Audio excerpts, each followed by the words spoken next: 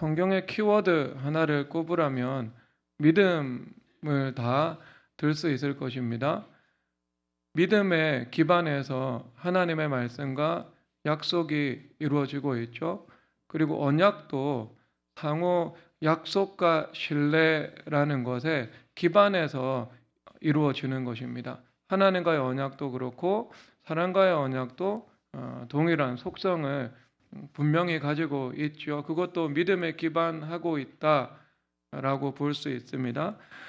사실 이 믿음이라는 것은요, 이 시장 경제를 이끌어 나가는 구조라고 볼 수 있을 것입니다.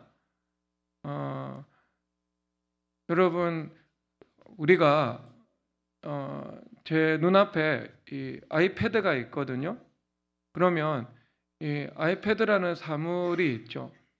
그리고 아이패드라고 우리가 부르는 이름, 그것은 하나의 그 표상이자 기호 역할을 하고 있죠. 그러니까 갤럭시 탭 할 때 그것이 가리키는 사물과 아이패드 할 때 그것이 가리키는 이 사물의 실제, 이것은 서로 구별되어 있는 것이지 않겠습니까? 그래서 이 차이를 말해주고 있는, 그러니까 구별을 짓는 그런 기호이자 표상으로 볼 수 있는 거겠죠. 그러면 화폐도 문자와 동일한 속성을 가지고 있는 거죠.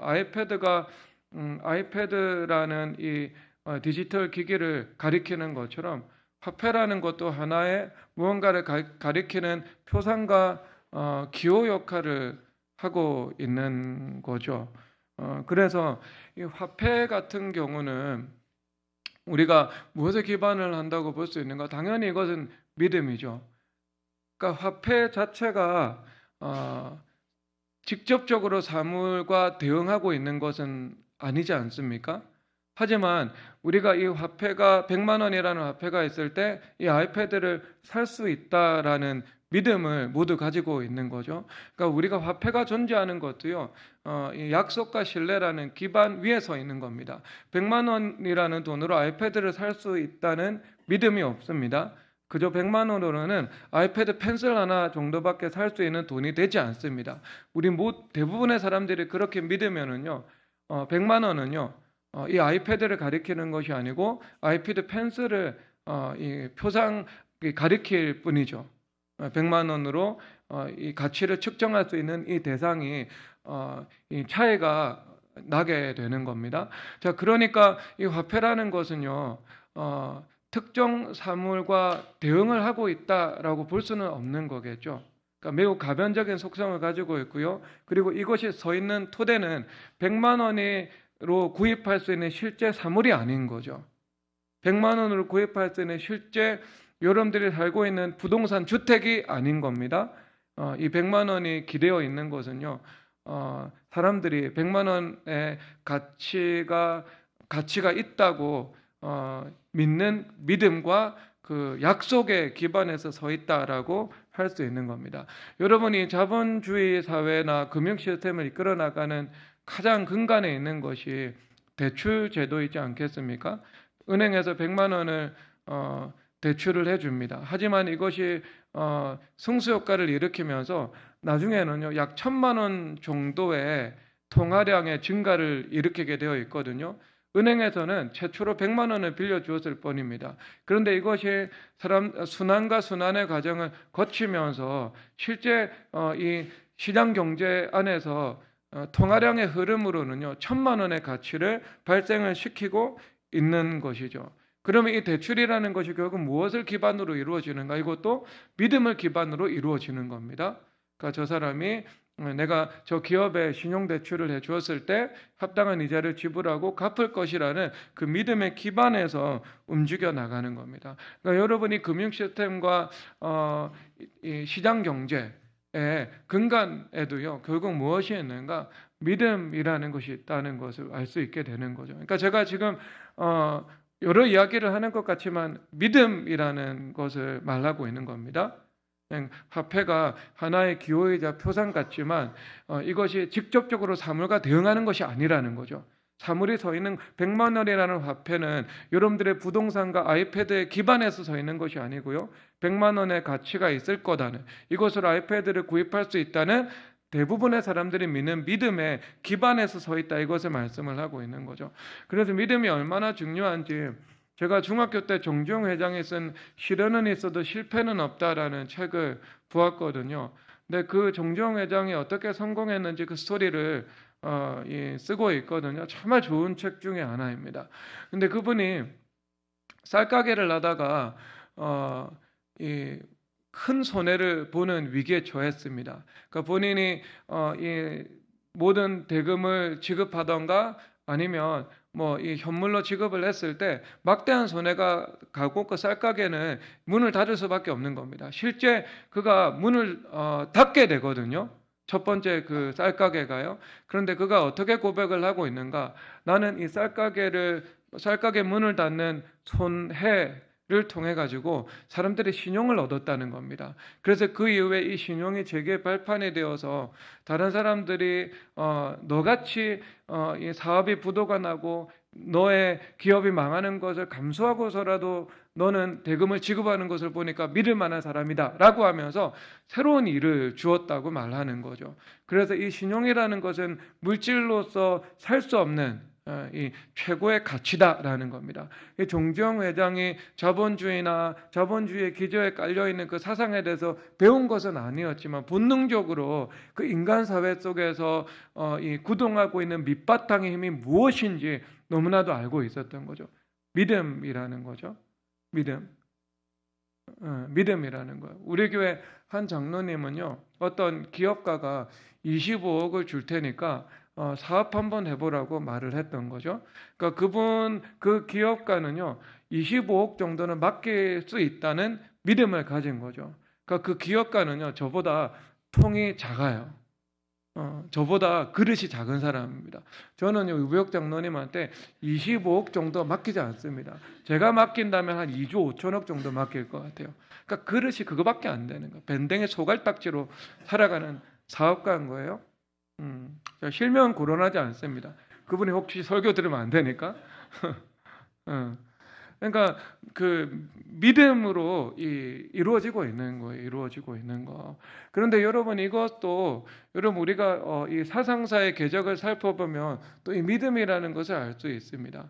그러니까 이 회의주의자들이 있죠. 이 회의주의자가 어떻게 발생을 했냐 하면은요, 실제 존재하는 이 아이패드라는 사물이 있습니다.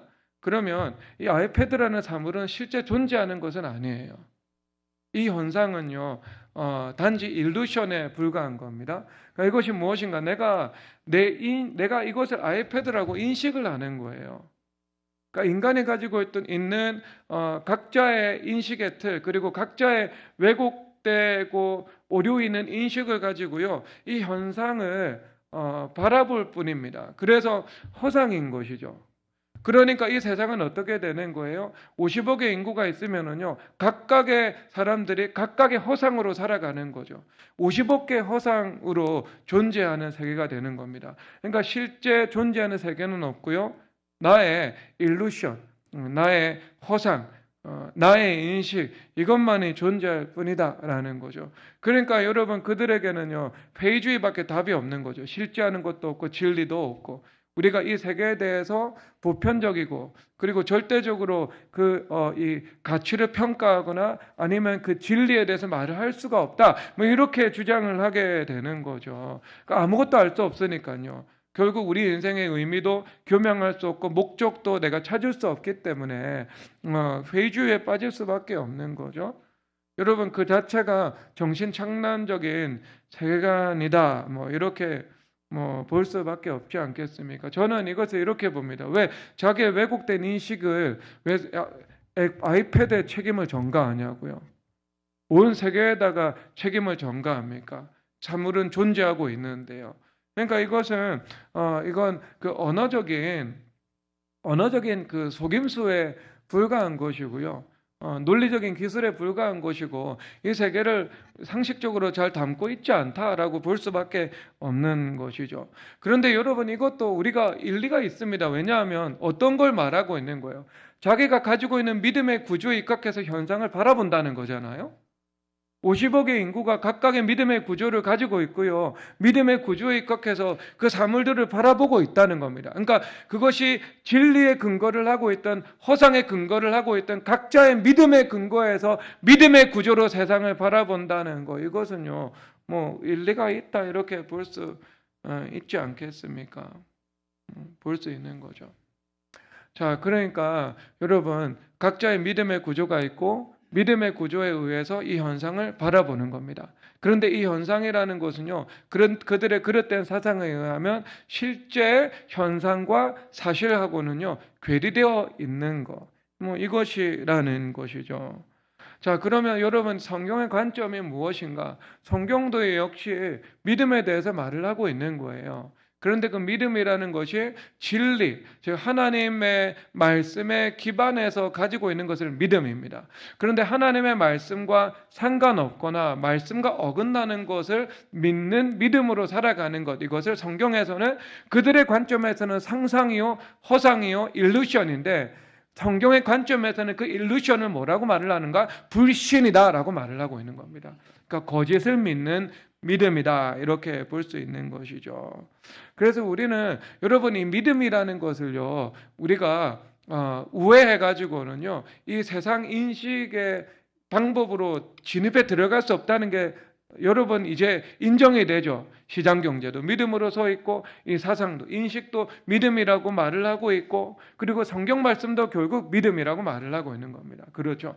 그러니까 왜 이런 현상들이 생기는 것인가? 하나님께서 우리에게 말씀을 주셨고 말씀을 믿는 믿음으로 그 하나님의 은혜를 누리도록 이 만물을 설계해 놓으신 것이죠. 그러니까 믿음에 의해서 현상을 인식하고 인식하는 만큼 그리고 믿는 만큼 내가 참된 하나님을 누릴 수 있다는 것이 사실인 거예요. 그러니까 이 사실에 큰 메인스트림이 있는데 인간이 성경을 통해서 진리를 구하지 않고 지식을 구하지 않고 이 시각장애인이 코끼리 다리를 만지는 것처럼 세상을 인식하고 있기 때문에요. 그런 그들의 인식의 한계점이 분명하게 나타나고 있는 겁니다. 하지만 그들의 사상을 통해서 그림자로는 하나님께서 믿음의 구조로 이 만물들을 시스템에 놓았구나라는 것들은요, 어느 정도 인식할 수 있게 되는 거죠. 그렇죠. 시각장애인이 코끼리 다리 만지면서 코끼리에 대해서 유추하고 상상에 들어가는 만큼 그들은 알고 있는 거예요. 그런데 우리는 어떻게 보는 거예요? 우리는요, 입체적으로 동물학자들이 이 2.0 도수 높은 안경을 쓰고 코끼리를 관찰하는 것처럼 우리는 이 세상을 알 수 있게 된다라는 거죠. 왜? 성경이라는 안경, 그 창을 통해서 우리는 온전하게 이 세상의 빛에 하나님의 빛 가운데에서 이 사물들을 직선적으로 이해할 수 있게 된다. 굴절 없이 알게 된다. 이것을 말씀을 하고 있는 것입니다. 그렇죠. 그러니까 여러분 성경에서 하나님은 빛이다라고 말을 하고 있죠. 근데 빛은요 직선으로 가잖아요. 빛은요 직선으로 가거든요. 빛의 움직임이요 곡선이 아닙니다. 그러니까 이 곡선으로 간다면은요 여러분들이 보는 이 시각적인 세계는요 교향곡처럼 보일 거예요. 엄청나게 복잡하게 그 이미지가 투영될 거라고요. 섞여 있을 거라고. 그런데 하나님께서 그 빛이 직선으로 움직이게 만들어 놓으신 것을 통해 가지고요 우리가 사물을 있는 그대로 인식을 하게 되거든요. 그러니까 이것을 통해서 말씀해 주는 것이 무엇인가? 하나님의 빛 아래에서만, 성경의 진리의 빛 아래에서만 사물을 온전히 이해할 수 있다. 이것을 말씀해 주고 있는 겁니다. 그렇죠? 그러니까 바른 믿음이죠. 여러분 그래서 믿음은 여러분 성경에서 믿음이라는 것은 내가 살아가고 있는 세계에 분명한 영향을 미친다는 것이 분명한 증언입니다. 마태복음 9장 29절 읽겠습니다. 시작. 이에 예수께서 그들의 눈을 만지시며 이르시되 너희 믿음대로 되라 하시니 아멘. 자, 믿음대로 되라라고 말씀하고 있습니다. 그러니까 믿음이 무언가 되게 만드는 영향을 가지고 있다. 이것을 말씀하고 있는 겁니다. 자, 그리고 나서 히브리서 11장 1절 다 함께 읽겠습니다. 시작. 믿음은 바라는 것들의 실상이요 보이지 않는 것들의 증거니. 아멘. 자, 믿음으로 실상이 된다고도 말씀을 하고 있죠. 여러분, 믿음이 얼마나 큰 파급력을 가지고 있습니까? 그러니까 우리가 가지고 있는 이 믿음의 구조가 왜곡되었든 아니면 성경에 입각해서 바른 믿음의 구조를 가지고 있든, 그 믿음의 구조라는 것은 우리 삶 속에 분명한 영향력을 미친다는 것을 말씀해 주고 있는 거잖아요. 그러니까 우리가 약속을 믿으면 그 믿음대로 하나님의 은혜가 나타나죠. 그런데 불신을 가지고 살아갑니다. 거짓된 것을 믿는 거예요. 그러니까 사도 베드로가 예수님께서 오라라고 말씀을 하실 때 무리를 걷잖아요. 무리를 걷다가 예수님을 보지 않고 바람을 보거든요. 그러니까 바람을 본다는 것은요, 인식이 왜곡된 거죠. 그렇죠. 예수님의 빛 아래에서 사물을 보는 것이 아니라 바람의 빛 아래에서 사물을 보게 된 거 아니겠어요? 그러니까 그릇된 것을 믿은 거죠. 두려움을 믿은 거예요. 그러니까 길에 걸어가다가 물에 빠져버리게 되는 거예요. 그러니까 우리가 믿음이라는 것은 우리가 살아가는 현상 세계에 분명한 영향력을 미친다. 단지 세상에 있는 사상가들은 믿음이라는 것은 자기가 가지고 있는 믿음의 구조가 환영에 불과하고 상상에 불과한 것이다라는 것에서 끝나지만 그들의 이론은 그렇지 않다는 겁니다. 우리는요, 믿든 그리고 불신을 가지고 살아가든 이것은 내 삶 속에 실존적인 영향력을 분명하게 행사한다는 것을 성경에서 말씀하고 있는 거죠. 그러니까 믿음이 중요한 거예요. 믿음이. 그렇죠? 자, 그래서 여러분 이렇게 마태복음 21장 21절 다 함께 읽겠습니다. 시작. 예수께서 대답하여 이르시되 내가 진실로 너에게 이르노니 만일 너희가 믿음이 있고 의심하지 아니하면 이 무화과 나무에게 된 이런 일만 할 뿐 아니라 이 산들을 들려 바다에 던져주라 하여도 될 것이오. 아멘. 그래서 믿음으로 너희들이 무화과 나무에게 된 일, 무화과 나무를 마르게 하는 일뿐만 아니라 이 산이 옮겨지는 역사도 나타난다는 거죠. 그러니까 우리가 믿는 믿음은 현상과 괴리된 믿음이 아닌 거예요. 그들의 믿음은 현상과 괴리되어 있습니다. 사물은 엄연히 실지 않은데 사물이 왜곡된 인식밖에 존재하지 않는다. 그래서 온 세상이 허상이고, 그리고 이 사물은 존재하지 않는다라고까지도 비약해서 나아가는 것이 그들의 논이거든요. 그런데 우리가 가지고 있는 믿음은요, 이 현상과 분명한 다리가 놓여지게 되는 거죠. 이 믿음은요, 현상을 바꾸게 되는 것입니다. 믿음이 현상을 바꾼다. 이것이 성경에서 말씀하고 있는 답입니다. 그래서 마가복음 9장 29절에서 이렇게 말씀하시는데 읽겠습니다. 이르시되 기도 외에 다른 것으로는 이런 종류가 나갈 수 없느니라. 아멘. 그래서 이 믿음이라는 것은 기도를 통해서 우리 가운데 형성이 되는데요. 그 기도에 의해서 임한 믿음으로 사물의 현상과 성격과 존재가 바뀌게 된다라고 말씀을 하고 있는 겁니다. 그러니까 우리가 기도하면서 살아가야 하는 이유가 분명하죠. 왜? 기도는요, 성경의 관점에서 현상의 역사를 일으키기 때문입니다. 믿음은 현상의 변경을 주기 때문입니다. 기도는요, 물리적인 현상을 바꾼다라는 것입니다. 자, 그러면 여러분, 우리가 이 믿음이라는 것에 대해서도 한 번 더 우리가 더 다른 각도에서 논의를 해야 되는데, 인본주의적인 믿음하고는요, 우리가 가지고 있는 믿음하고는 완전히 다르겠죠. 그러니까 우리가 하나님의 말씀을 믿고, 그리고 하나님께서 선하고 자비로우신 분이시라는 것을 믿어야 되는 겁니다. 그래서 하나님께서 때로는 우리의 삶에 있는 좋은 것을 가져가실 때가 있습니다. 그런데 하나님께서는 가져가시는 분이 아닙니다. 본질이 아니에요.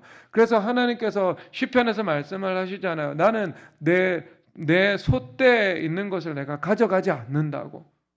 주님 말씀하고 있거든요. 왜? 온 만물에 있는 모든 것이 내 것이라고 말씀하고 있거든요. 주님은 가져가시는 분이 아닙니다.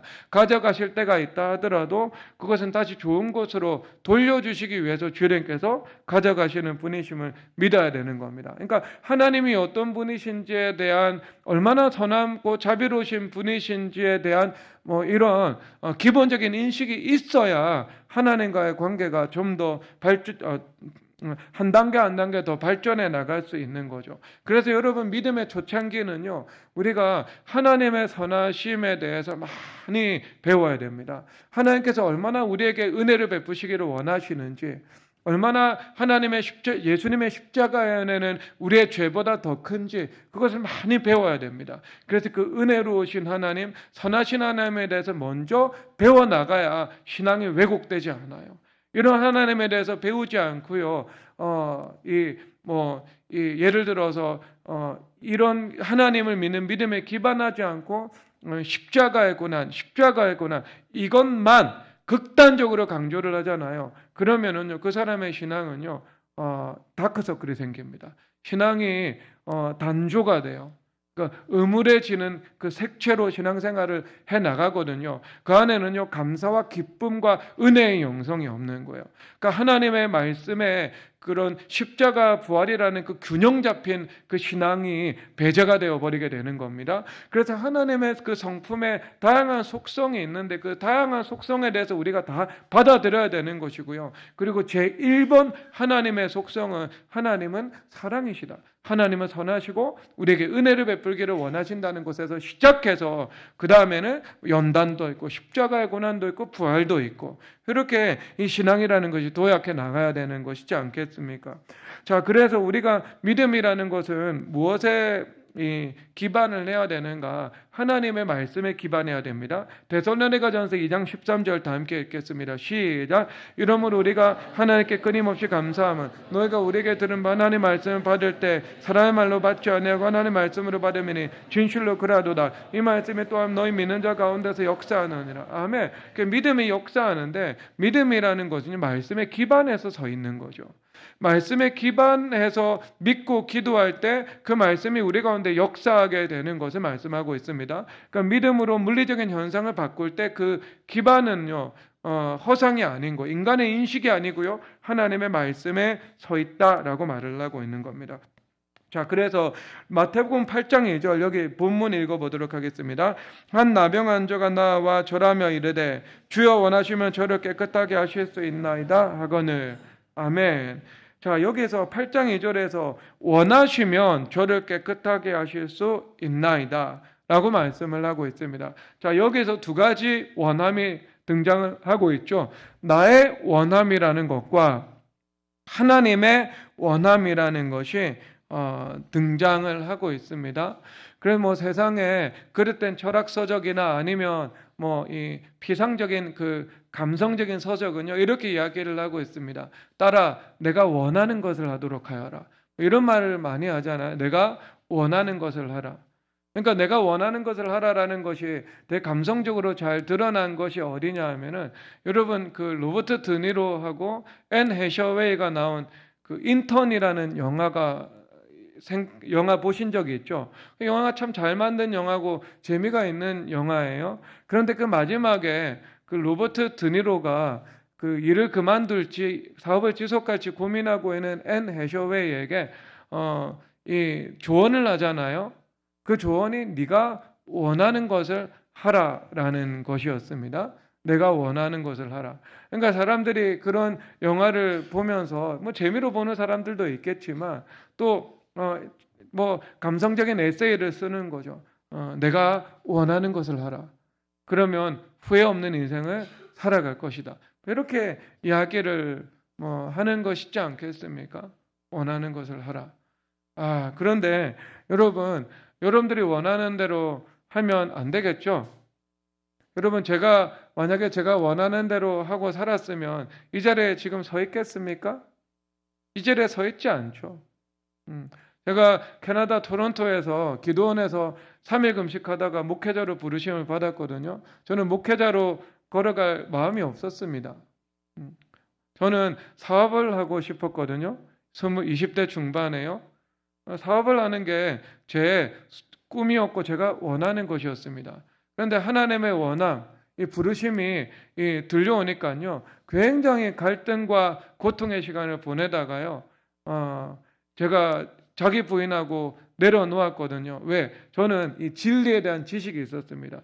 하나님의 부르심이 아닌 길을 걸어갈 때 뭘 해도 안 된다는 이 지식을 가지고 있었습니다. 어차피 암 걸려서 신학교 가거나 어차피 20억짜리 부도 맞고 신학교를 가거나 이 둘 중에 하나의 미래가 다가올 것이었기 때문에 자칫하면 두 개가 함께 올 수도 있고요. 그래서 저는 그런 생각도 안 했습니다. 그냥 하나님께서 원하시는 대로 순종해서 걸어가겠다. 여러분 걸어가다 보니까요, 제가 이 자리에 서 있게 되는 겁니다. 서 있게 된 거죠. 나중에는요, 이성적으로도 한번 분석을 해봤습니다. 내가 좋아하는 것이 무엇인가? 좋아하는 게 무엇인가? 기도하는 거 좋아하고, 그 다음에 책 읽는 거 좋아하고, 그 다음에 글 쓰는 거 어렵지 않고, 말하는 거 싫어하고, 지우 아빠니까요.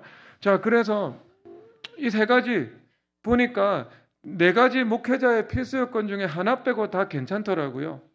그러니까 말하는 게 좀 걱정이 돼. 그래서 어떻게 결론을 내렸냐 하면은 글을 쓰고 다 외우고 말하자 해가지고요. 제가 부교육자 때 설교할 때요. 공적 설교 한 15번 정도 할 때까지는요. 터시 하나 안 틀리고 그대로 외워서 설교했을 거예요. 외워서 한 40분 분량 성경 구절까지 다 외워가지고 설교를 했을 겁니다. 자, 그러니까 뭐 어떻게든 뭐 그냥 되는 거예요. 그렇죠. 그 순종하며 따라가다 보면 되는 거예요.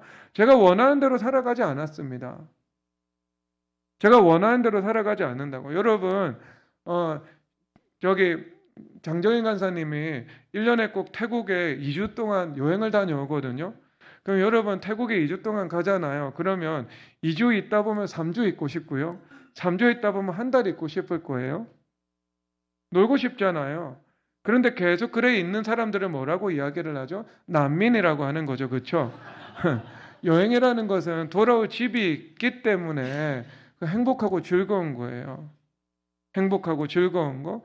그런데 그 정도는 아니지만 누구나 하루 이틀 정도는 좀 더 연장해서 있고 싶은 생각은요. 사람들이 기본적으로 다 하지 않겠습니까?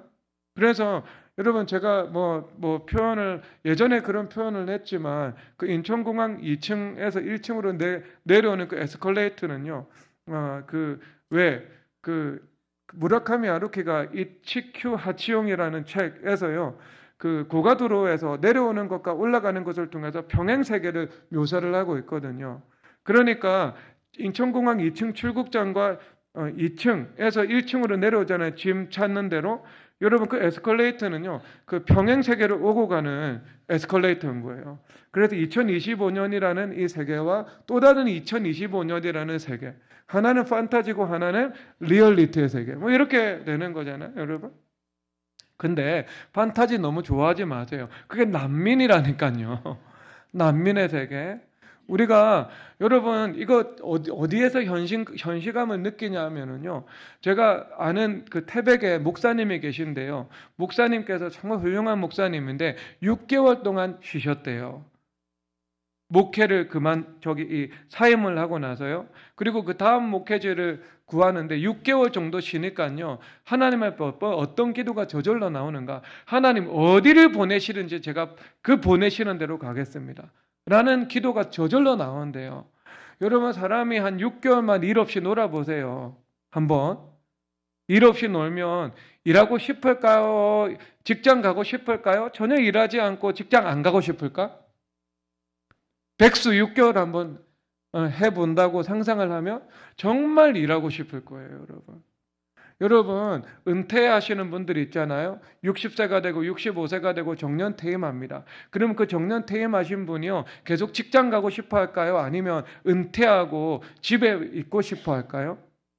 여러분, 계속 직장 나가 합니다. 그래서 우리 교회 근처에 한국은행이 있죠. 한국은행 근처에 스타벅스가 있죠. 그런데 그 스타벅스에 신문기사에 등장했는데요. 한국은행에서 일하던 분들이 은퇴 이후에 많이 찾아온다. 왜? 예전에 잘 나가던 시절에 일했던 그 추억을 한번 상기시키기 위해서. 그렇게 이야기를 하더라고요. 한국은행 국장급 공무원이면은요, 얼마나 잘 나가고 힘센 직입니까? 그렇죠. 그런데요, 은퇴하고 나니까요, 뭐, 일하고 싶어 하는 거, 일하고 싶어 하는 거. 사람이 그렇지 않습니다. 왜? 에덴에서도 일이 있어요. 에덴에서 타락전인데요, 경작하고 섬기라 말씀하고 있거든요. 여러분, 우리가 천국 가도 일이 있습니다. 천국 가도요, 천국 가서는요, 그 일을 너무나도 쉽고 가볍게 하는 거죠. 그러니까 우리가 이 세상에서 천국을 누리는 만큼 우리가 일을 하는 것이 쉽고 가벼울 수 있는 거예요. 천국을 누리지 못하는 만큼 일하는 것이 힘들고 어려운 거예요. 힘들고 어려운 거. 그러니까 여러분들에게 당연히 주어진 사명이 당한다고 생각 한번 해보십시오. 여러분 청소년들 한번 생각해 보세요. 여러분들이 공부를 하면서 꿈을 꾸면서 살아갈 수 있잖아요. 그런데 여러분들이 만약에 북한에서 태어났다고 생각 한번 해봅시다. 아니면 같은 민족인데요. 너무 초현실적인 세계지만 현실적인 세계죠. 북한이라는 세계 속에서. 그런데 그 청소년들은요, 꿈을 꿀 수 없어요. 공부하고 싶은데요, 공부 못해요. 14살, 15살이요, 장마당에 가가지고요, 일하고 노동하면서 생계 활동하면서 살아가야 돼요. 그들의 꿈은 어디 있어요? 그들이 하고 싶은 공부는 어디에 있어요? 그렇죠. 공부라는 것이 박탈당하고 꿈이라는 것이 꿀 수 없도록 박탈당한다고 한번 생각해 보십시오. 그러면 여러분 그 동남아의 빈국의 자녀들, 아프리카에 꿈꿀 수 없는 자녀들, 북한에 있지만 같은 혈통을 타고 있지만 그 초현실적인 현실 세계 속에서 아무것도 원하는 것을 이룰 수 없는 상태에 살아가는 아이들, 배고프고 장마당에 가서 장사해야 되는 아이들, 그 입장에서 생각해 보면은요, 공부하는 것이 행복한 일이 되는 거예요. 그렇죠. 실업자의 관점, 우리 세상에서 허다하게 존재하는, 대한민국 땅에도 존재하는 그 실업자의 관점에서는요, 일할 수 있는 것 자체가 꿈인 거예요. 꿈인 거, 그렇죠? 그들의 입장에서는요, 여행이 고통일 거예요. 돌아가도 할 일이 없으면, 돌아가도 꿈꿀 수 없다면, 돌아가도 사명의 연장이 없으면, 여러분, 그들의 입장에서는요, 학교 다니고, 그 다음에 직장 다니면서 월급 받을 수 있는 것이요, 꿈에도 그리는 일이 되는 거예요. 그렇죠? 여러분, 얼마나 좋아요? 그 어디가 판타지예요? 어디가? 여러분, 1층의 판타지예요. 아시겠죠? 2층도 판타지고요, 1층도 판타지예요. 제가 목회지가 없다고 생각해 보세요. 돌아와서 생각할 수 있는 목회지가 없어. 교회가 없어. 담임 목사직이 없어. 주일날 갈 교회가 없어. 가족들하고. 교회 어디로 가지? 오늘의 교회 갈까? 오늘은 사랑교회 갈까? 저도 그런 시간 6개월 동안 보냈잖아요. 여러분, 그게 나아요? 아니거든요. 사명의 현장이요, 여러분들의 천국의 현장입니다. 그러니까 그것을 알고 살아가면 그것이 얼마나 복이 있겠습니까? 그렇죠. 얼마나 쉽고 가볍게 살아갈 수 있겠습니까? 그래서 이 감성적인 서적이 말하고 있는 내가 원하는 대로 하라. 여러분, 우리의 그것에 토대를 둘 수가 없는 거예요. 원하는 대로 하고 살아가면 인생 망가집니다. 마약 중독자 되는 거예요. 감옥 갈 수도 있어요. 심지어 내가 꿈꾸는 거, 내가 소망하는 거, 그 하나도 붙잡을 수 없는 신기루 상태가 되어 버린다니까요. 그렇죠.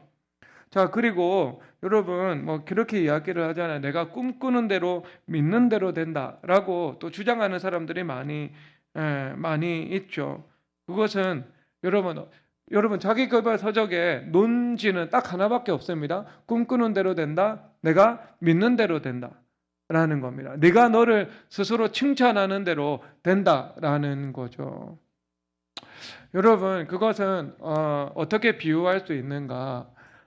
이것은 홍콩이라는 사회와 사우디라는 사회를 비교하면 알 수 있게 되죠. 그러니까 제가 말하는 홍콩은요, 중국으로 반환되기 전 영국의 통치 아래에 있던 홍콩, 지금 그 연장선에 존재하고 있는 거거든요.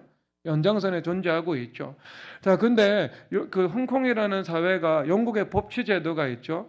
그리고 영국이 만들어 놓은 그 사회 정부나 통치의 시스템이 있습니다. 그리고 그 안에 자유로운 문화가 있잖아요. 사상과 종교와 표현, 이런 예술의 자유가 있는 곳입니다. 그래서 그 자유로운 문화 속에서, 법치 속에서 시장 경제도 발전하고, 그리고 주윤발, 성룡과 같은 그 홍콩 느와르나 아니면 여러분들이 많이 즐거워했던 그런 문화적인 콘텐츠들이 쏟아져 나왔죠. 언제까지요? 1990년대까지요. 영국 통치 아래 있을 때까지요. 그것은요, 하나님께서 성경의 가치와 정신에 기반해서 그 법치와 법치 안에서 자유로운 문화가 작동될 수 있는 사회의 구조를 주님께서 만들어 놓으신 거예요. 그러니까 그 안에서 인간의 자유와 창의 이런 것들이 잘 발휘되는 사회로 발전될 수 있었죠. 그래서 중국 내 어떤 도시보다도 가장 사람들에게 매력적인 그 도시로 자리매김을 아직까지 하고 있잖아요, 홍콩이. 사람들이 홍콩 여행 가고 싶어 하지, 북경이나 상하이, 선전 같은데 여행 가고 싶어 합니까? 안 가고 싶어 하죠, 여러분? 아무도 안 가고 싶어 하죠. 근데 우리 홍콩은요, 여러분 다 가고 싶어 하잖아요. 여러분 기회 있으면은요, 홍콩 여행 꼭 다녀오시기 바랍니다. 예, 예. 그런데 아멘을 아무도 안 하네? 가지 마세요. 이런데 아멘 안 하면 어디에서 아멘을 하나? 아무도 아멘을 안 해. 홍콩 여행 다녀오시기 바랍니다. 꿈이라도 한번 꿔보세요. 미리 예약을 해서 비수기 때 다녀오시면 좀 저렴하게 다녀오실 수도 있을 거예요. 그 저렴하게 다녀오는 법을 우리 교회 김병근 간사님이 너무 잘 알고 있습니다. 8만 원짜리 항공권과 선전을 통해서 출국하는 법, 뭐 이런 것들 예매하는 법을 여러분들이 배워가지고 잘 다녀오시기 바랍니다. 자, 그런데 여러분 사우디 같은 국가가요, 이 매력 국가가 되기를 원하잖아요. 그런데 여러분 1조를 가지고 호나우드 메시를 사온다고 해가지고요, 사람들에게 호감을 줄 수 있는 매력 국가, 문화 국가가 될 수 있습니까? 안 되잖아요. 단지 돈으로 문화를 못 사는 거 아니겠어요? 이 문화가 형성되기 위해서는요, 이 어떤 법치가 필요하고요. 그리고 그 법치 그리고 그런 자유로운 문화가 구현될 수 있는 그 국가의 통치 시스템과 제도, 이것이 필요한 거죠. 그리고 그 법과 제도는요, 결국 법 철학과 정신이라는 기반까지 나아가게 되는데 그 성경에 있는 거예요. 여러분 코란이라는 가치 체계에 충실하게 기반을 두고 법 철학과 정신에 입각해가지고 제도가 구현된 사회 속에서요, 어떻게 홍콩과 같은 자유와 창의가 나올 수 있겠습니까? 없죠. 나오기가 불가능한 거예요. 그러니까 여러분 이것이 무엇인가? 그 흉내만 내는 거죠. 표피적인 것이고 피상적인 것이지 않겠습니까? 그러니까 여러분 자기계발서적이 이것과 같은 거예요. 네가 믿는 대로 되고 네가 꿈꾸는 대로 주장을 한다고 하고 있는데요, 그것은 성경에 그런 핵심이 있고요, 그리고 그 성경에 포장된 것이 있잖아요. 그러니까 성경에 정신이 있고 그 정신에 열매가 있거든요. 그런데 그 정신으로 인해서 나타난 열매가 있는데 그 열매를 아주 피상적으로 뿌리를 보지 않고 근본을 보지 않고 그 외관만 볼 때는요, 외관만 가지고 와서 적용을 하게 되는 거죠. 그러니까 내가 믿는 대로 된다고요. 그런데 뿌리는 없어.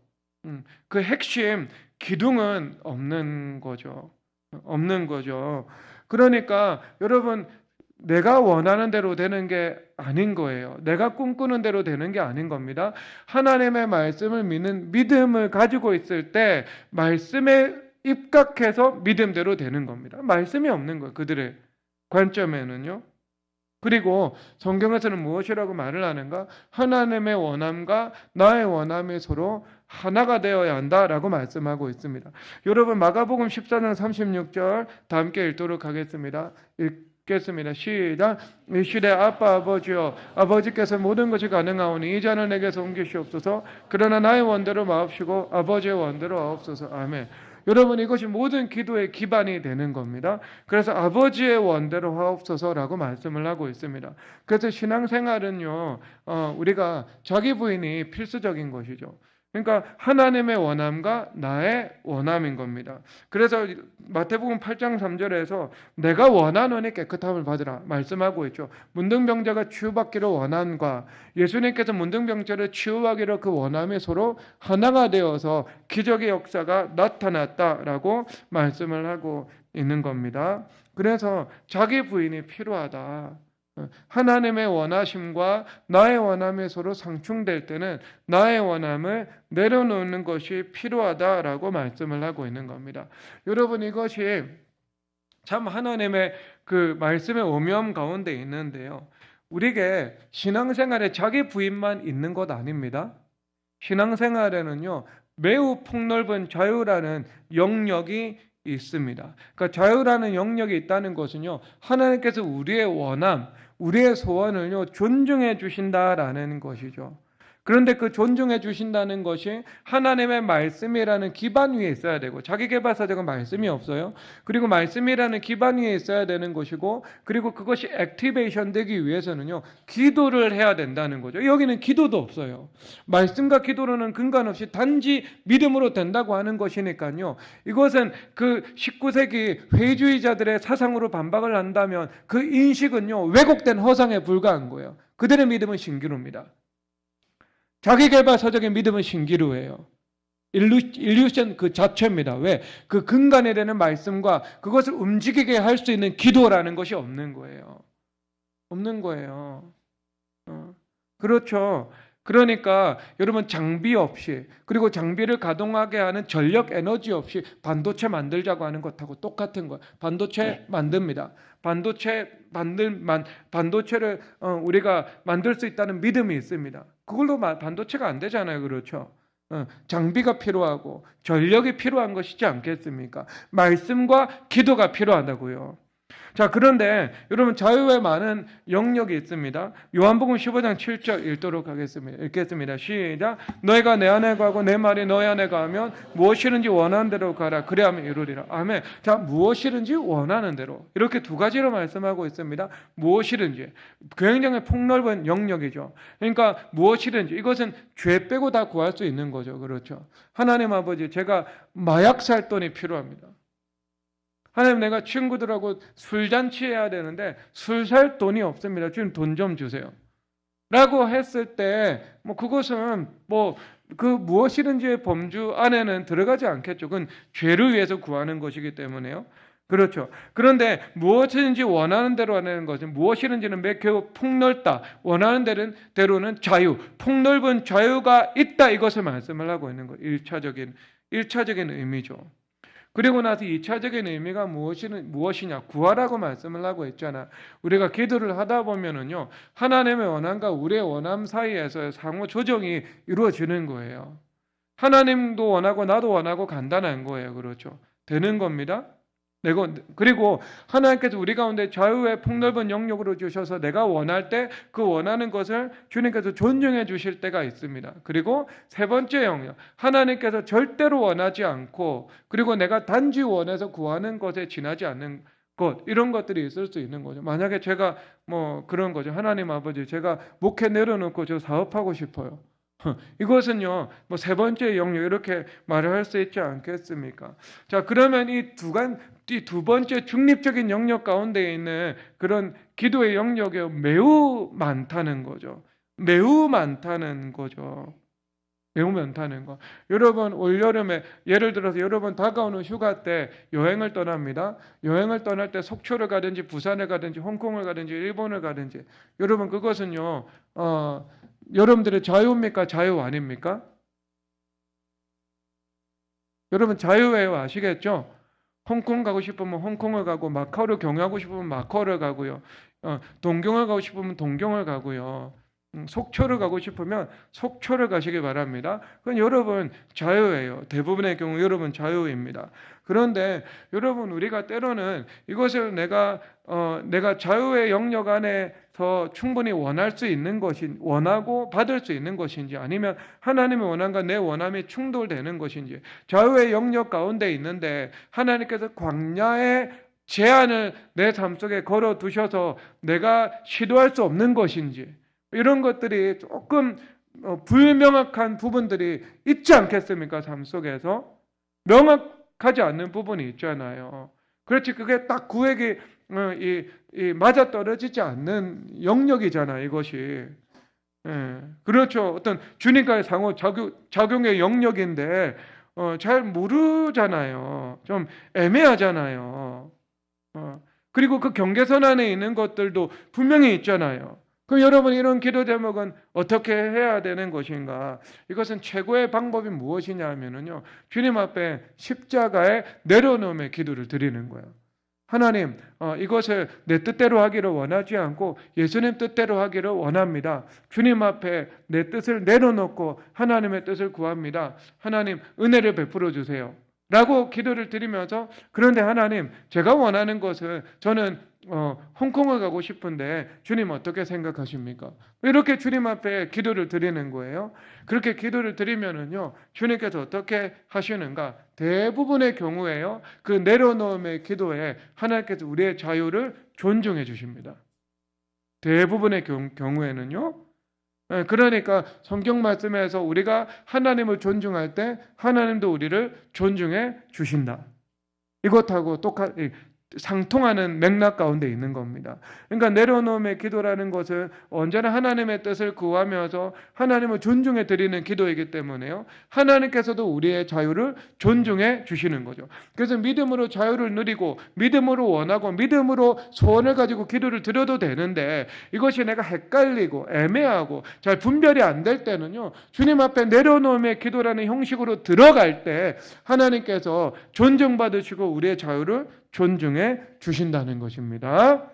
그게 기도의 방법론입니다. 이것은요, 기도해봐야 아는 겁니다. 그러니까 기도하지 않는 인생은요, 진짜 어리석은 인생인 거예요. 하나님께서 우리에게 주실 은혜가 1만 가지 은혜가 넘는데요, 기도를 안 하고 살아가면 그냥 일반 은혜 안에서 100가지 은혜 누리고 살아가는 거예요.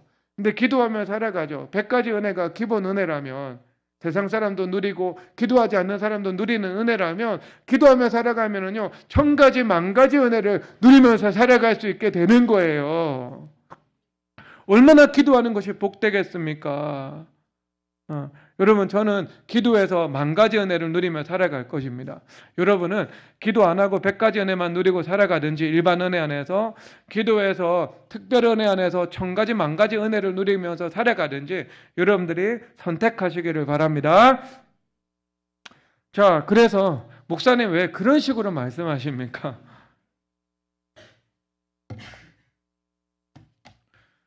여러분, 그것은요, 여러분들이 그 한국어의 뉘앙스와 어떤 그런 표현법, 이것을 여러분들이 이해를 하면 됩니다. 알겠죠? 문학적으로 받아들이세요. 마지막입니다. 요한일서 5장 14절 읽겠습니다. 요한일서 5장 14절 읽겠습니다. 시작. 그를 향해 우리가 가진 바 담대함이 이것이니 그의 뜻대로 무엇을 구하면 들으십니다. 아멘. 그래서 하나님 아버지의 원함과 문둥병자의 원함, 예수님의 원함이 서로 하나가 되었죠. 그래서 치유의 기적이 나타난 것입니다. 그래서 최상급 은혜, 가장 강력한 이 기도의 능력이 나타나는 것은 무엇인가? 하나님의 원함과 나의 원함이 하나가 되는 거죠. 그러니까 그것은 무엇입니까? 그것은 우리의 사명에 관한 기도죠. 그것은 하나님께서 우리에게 분명하게 허락해 주신 약속의 말씀과 관련된 기도인 것이지요. 그리고 그 사명을 이루기 위한 나의 능력과 지혜와 권능과 성품의 그런 준비를 구하는 기도인 것이죠. 그런 기도는 하나님의 원함과 나의 원함이 완전히 밀착되어 있기 때문에요, 강력한 기도의 권세로 나타나게 됩니다. 그것은 반드시 우리 안에서 이루어지는, 하나님께서 기뻐하시고 흠양하시는 기도가 되는 거죠. 그리고 그런 방식으로 하나님께서 이 땅에서 사명을 이루어 나가시는 것입니다. 그래서 마지막 빌립보서 2장 13절에서 너희 안에서 행하시는 이는 하나님이시니 자기 기쁘신 뜻을 위하여 너에게 소원을 두고 행하게 하시나니. 아멘. 그러니까 이것은 소원을 두시고 하나님께서 우리에게 기도하게 하셔서 그것을 이루어 나가시는, 하나님께서 한결같이 일하시는 이 땅의 하나님의 섭리의 방법에 대해서 말씀하십니다. 여러분, 그런 은혜를 믿음으로, 믿음의 구조로 현상의 구조가 바뀌는 은혜를 누리시기를 주님의 이름으로 축복합니다. 다 함께 자리에 일어나서 전능하신 나의 주 하나님을 찬송하고 기도하겠습니다.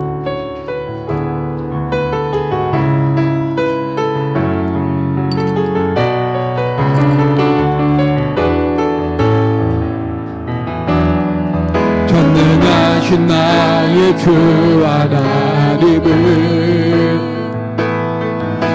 알지 못하실 일 전혀 없네. 우리의 모든 당구도 우리의 모든 생각도 우리의 모든 꿈과 모든 소망도 신실하신 나의 주 하나님을 우리의 모든 괴로움 바꿀 수 있네. 불가능한 일 행하시고 죽은 자를 일으키시니 그들에게 자 아무도 없네. 주의 말씀을 지하여 깊은 곳에 그물 던져 오늘 그가 놀라운 일을 이루시리로라. 주의 말씀을 지하여 믿음으로 그물 던져 믿는 자에게 능치 못함 없네. 주의 말씀을 지하여 깊은 곳에 그물 던져 오늘 그가 놀라운 일을 이루시리로라. 주의 말씀을 지하여 믿음으로 그물 던져 믿는 자에게 능치 못함. 주의 말씀을 지하여 깊은 곳에 그물 던져 오늘 그가 놀라운 일을 이루시리로라. 주의 말씀을 지하여 믿음으로 그물 던져 믿는 자 마지막 주의 말씀 의지하여 주의 말씀을 지하여 깊은 곳에 그물 던져 오늘 그가 놀라운 일을 이루시리로라. 주의 말씀을 지하여 믿음으로 그물 던져 믿는 자에게 능치 못함 없네. 믿는 자에게 능치 못함 없네. 믿는 자에게 마지막 믿는 자에게 능치 못함 없네. 믿는 자에게 능치 못함